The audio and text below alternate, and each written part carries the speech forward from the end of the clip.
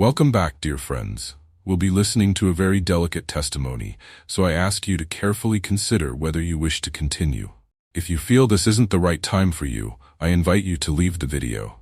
But if you're curious to discover how evil can act in hidden and subtle ways, stay with me until the end.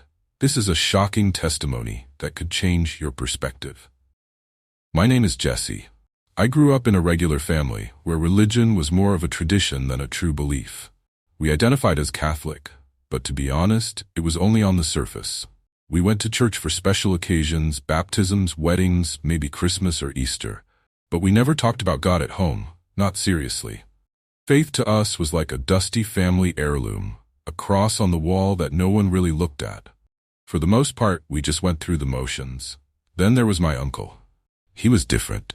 He wasn't someone who just went along with things. He had a sharp eye for anything that didn't sit right with him, especially when it came to the church. From the time I was young, I remember him making snide comments during Christmas Mass, leaning over to whisper some sarcastic remark in my ear. As a kid, I thought it was hilarious. It made religion feel like just another thing to poke fun at, a set of rules meant to keep us in line, but empty of any real meaning. As I got older, his cynicism started to rub off on me. The church, Jesus, God, it all started to seem like a performance, a way society kept people controlled. And slowly, I joined in on the mockery. What did I care about some distant God preaching love and sacrifice, when all I saw around me were contradictions and people hiding behind masks? Over time, it wasn't just an act of rebellion. I really started believing it was all a lie. By my teens, I had started diving into online forums and books that tore into Christianity, poking holes in everything I'd ever heard about God and faith. At first, it was curiosity. Then it became conviction. The more I read, the more certain I felt that religion was just another tool for control. It was freeing, or so I thought. I felt like I was finally breaking away from something that had been weighing me down without my realizing it. Then one night, my uncle invited me over, saying he had something to show me. His tone was different, a little too serious, almost like he was inviting me into a secret. When I got there, he took me down to his basement, a place I'd been countless times. But that night, it felt different. Shadows clung to the walls, flickering in the dim light of a few black candles he'd set up. Symbols were drawn on the floor in chalk, their lines thick and carefully placed. The air felt heavy, suffocating, almost as if we were underwater. He smiled and called it a game. "Just a little fun," he said, almost like he was daring me.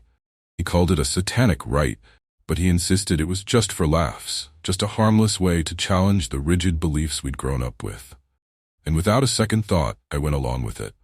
I was young, rebellious, and at that point, didn't see any harm in it. So I repeated the words he taught me, made the gestures he showed me. It all felt like some twisted, rebellious game, just a way to thumb our noses at what we saw as the lies of the church. But looking back now, I realize I had no idea what I was stepping into. That first night, nothing happened. But we started doing those rites regularly, my uncle and me. It became our thing, almost like a routine. I barely even thought about it.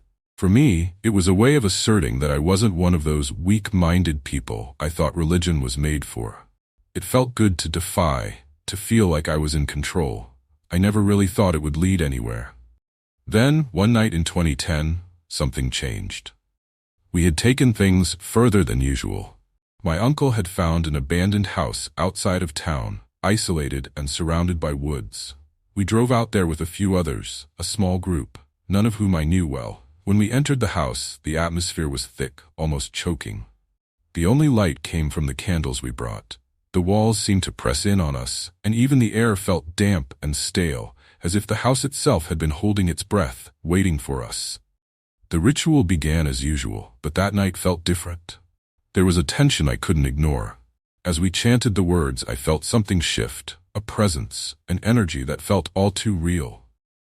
And before I could even process what was happening, I felt myself slipping out of my body, like I was being pulled down a dark tunnel.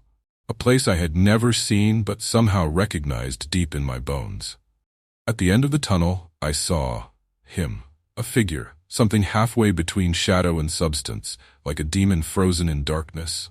And somehow I knew he was connected to me. He didn't speak, but he communicated in a way I can't fully explain. He showed me things, visions of people, their faces twisted in pain and hopelessness, their bodies bound as though they were caught in some endless torment. Then he spoke, though not in words I heard, but more like thoughts he planted directly into my mind. "I am a distant relative of yours," he said. "I'm here to show you where this path will lead." He showed me horrifying images, a hellscape of despair where souls were lost and aimlessly screaming in agony. "I don't want you to end up here," he continued, his voice carrying a strange sadness, a warning. "I am condemned, but you still have a choice." But I wasn't ready to listen. Even as fear gripped me, even as I saw the horror in his visions, there was a part of me that resisted. I didn't want to believe it was real. It was easier to think it was just another illusion, something that would disappear as soon as I woke up. The visions didn't stop. He showed me people I knew, ordinary men and women, people who wore crosses around their necks, who went to church every Sunday. But they weren't what they seemed. "They think they're safe," he said, "but their faith is hollow. They wear their faith like a mask, hiding hearts poisoned by jealousy, greed, and hate." I saw these people marching like actors on a stage, their faces pious and serene, but inside there was nothing but emptiness.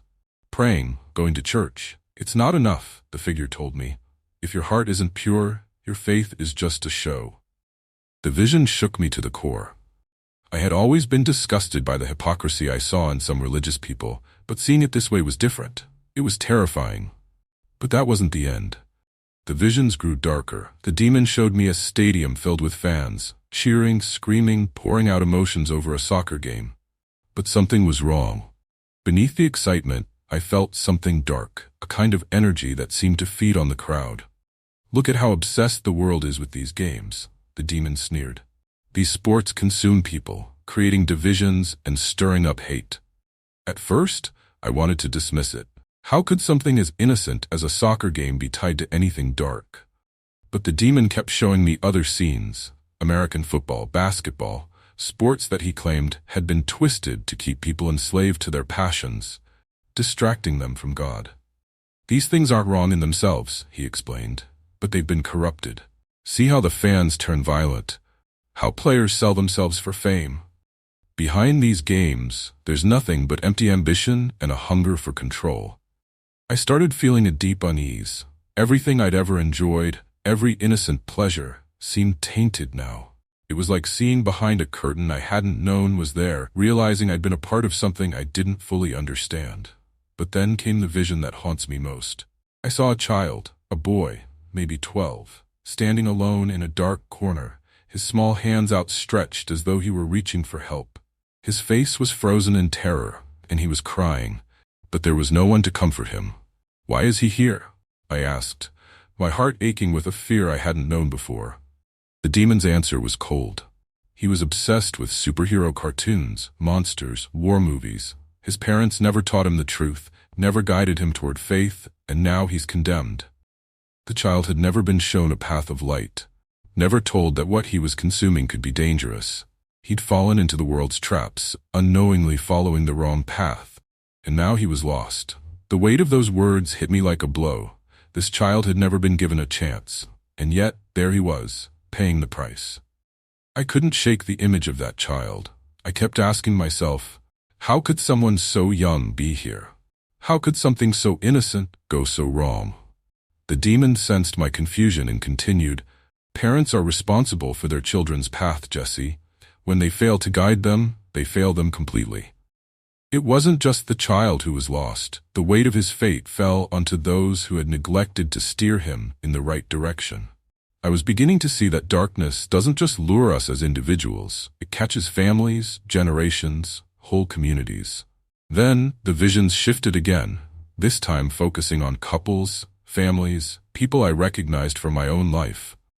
I saw couples who weren't married, people who had left their spouses without cause, all trapped in different forms of torment. The demon explained with chilling simplicity that any bond outside the bounds of strict scripture brought consequences that no one escaped. Even the smallest transgressions can bind the soul, he told me, his words as cold as ice. People think they can ignore the cost, but it all adds up in the end. Then came the vision that shocked me the most. The demon took me to a place of utter desolation, a vast, burning wasteland filled with the anguished screams of souls. And in the center of this torment, I saw 3 figures, dressed in familiar robes, each bearing the unmistakable garments of popes. Flames surrounded them, licking at their robes, consuming them bit by bit. I couldn't understand. These were supposed to be holy men, pillars of faith. Why were they here? The demon's answer was sharp. They're here because they fell to the same deceptions as others. No one is above temptation, Jesse, not even those who lead. These men had been revered, practically worshipped, by millions, and yet they had chosen the easy path, one paved with secret indulgences, power, and greed. The world thinks of them as saints, but they too were led astray by their choices. It was a brutal reminder that status, authority, even the highest religious titles, mean nothing if the heart is corrupt. Each vision left me more shaken than the last. It was like every truth I'd ever known was being ripped apart, exposing the rot underneath. I felt my world cracking, my beliefs shattered. Then, as if sensing I'd reached my breaking point, the demon said something that chilled me to the core. In the next 30 years, this world will change in ways you can't imagine. Most churches, most leaders, they'll be compromised. People will have to make choices that cut to the bone, and only the sincere will stand a chance. It felt like a warning, like he was showing me the road ahead, and it terrified me. The vision started to fade, and I felt my body again, lying cold on the floor of that abandoned house. My muscles were locked, my body twisting with uncontrollable convulsions. My chest felt tight, my throat raw from gasping for air. It felt like my very soul was being ripped apart. My so-called friends, the people I'd thought were just as curious and rebellious as I was, stood around me, staring, their faces pale, emotionless. Not one of them moved to help me. My uncle stood at the center of the group, chanting words I could barely hear over the sound of my own struggling breaths. I was terrified, completely alone. I'd been convinced this was just a game, but now it felt like I was staring into the jaws of something I couldn't escape. At that moment, I felt like I was dying. The darkness closed in around me, swallowing the candlelight, suffocating me. I could barely breathe, every muscle ached, and my heart raced in a way that felt more like desperation than life. I thought it was the end. And then, as if by some mercy, the convulsions stopped. I lay there, my body weak, my mind dazed. Somehow I managed to pull myself up, staggering out of the house. I didn't look back. I barely even noticed the night air as I stumbled, nearly blind with terror. I just ran, my mind filled with nothing but the need to get away from that place, from those people, from everything I'd seen. When I reached the road, I called for help. At the hospital, they treated the burns on my hands, marks left by the candle flames, deep scars that would stay with me for years. But the physical pain was nothing compared to the torment twisting inside me. Lying there, staring up at the ceiling, I knew that everything I had believed, everything I thought I understood, had been a lie. For weeks I was haunted by those visions. I couldn't escape them, the faces, the screams, the warnings. I knew I couldn't just go back to my old life, pretending none of it had happened. The demon's words echoed in my mind. Even those closest to the light can fall into darkness if they aren't careful. And I had been anything but careful. For the first time in my life, I felt something I had never truly known before. A desperate need for redemption. Not the surface-level, ceremonial faith I'd scoffed at, but something deeper, something real. I realized I needed guidance, someone who could help me find a way back. I went to the local pastor, a man I barely knew. He listened without judgment as I told him everything, every detail, every horror, every mistake I had made. I thought he'd dismiss me, maybe even mock me the way I had mocked others. But he didn't. He looked at me with a kind of understanding I hadn't expected. After a long silence, he spoke softly. "What you're describing is something few people experience. You've seen the other side of things, Jesse, and now it's up to you to choose your path." He helped me make arrangements to stay in a convent, a place of peace and quiet, where I could clear my mind and find the guidance I needed. It was a month that changed my life, a time of introspection, surrounded by people who dedicated their lives to something beyond themselves. For the first time, I felt a sense of belonging, a calm that I hadn't known before. When I left the convent, I was invited to a private assembly with over 100 pastors. I knew I had to share my story with them, to warn them of the things I'd seen. Standing in front of them, I recounted every vision, every detail, every terrifying truth that had been revealed to me. And I could see the impact on their faces, the way their expressions changed as I spoke. Some were skeptical, others shaken, but I knew that what I had shared would stay with them. They told me to keep my experience private, to hold on to it as something personal. But now, after 15 years, I can't stay silent anymore. The world needs to know the truth. I'm not sharing this to scare anyone or to preach, but because I believe people deserve to understand the forces that work silently, waiting for us to slip. Evil doesn't always come with a loud bang.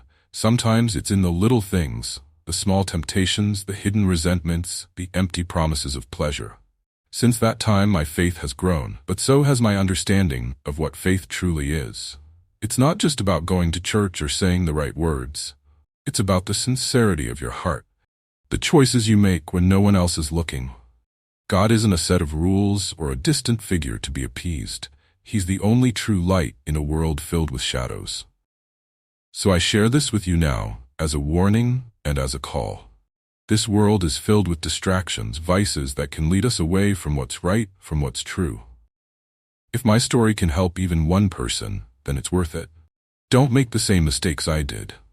Don't let pride or rebellion blind you from what's truly important. I still remember the final words the demon left me with, words that have stayed with me every day since. He said, "In the darkest moments, when it feels like all hope is gone, that's when you'll see the truth. That's when the real light breaks through." I believe we're living in dark times, but I also believe that there's still a chance for redemption. Thank you for listening. If my story has touched you, if it's made you reflect, I ask that you share it with others. Don't let this warning fade into the background. If there's any part of you that feels uncertain, know that it's not too late. God is waiting for you, waiting for all of us to make the choice before the darkness becomes too thick to escape.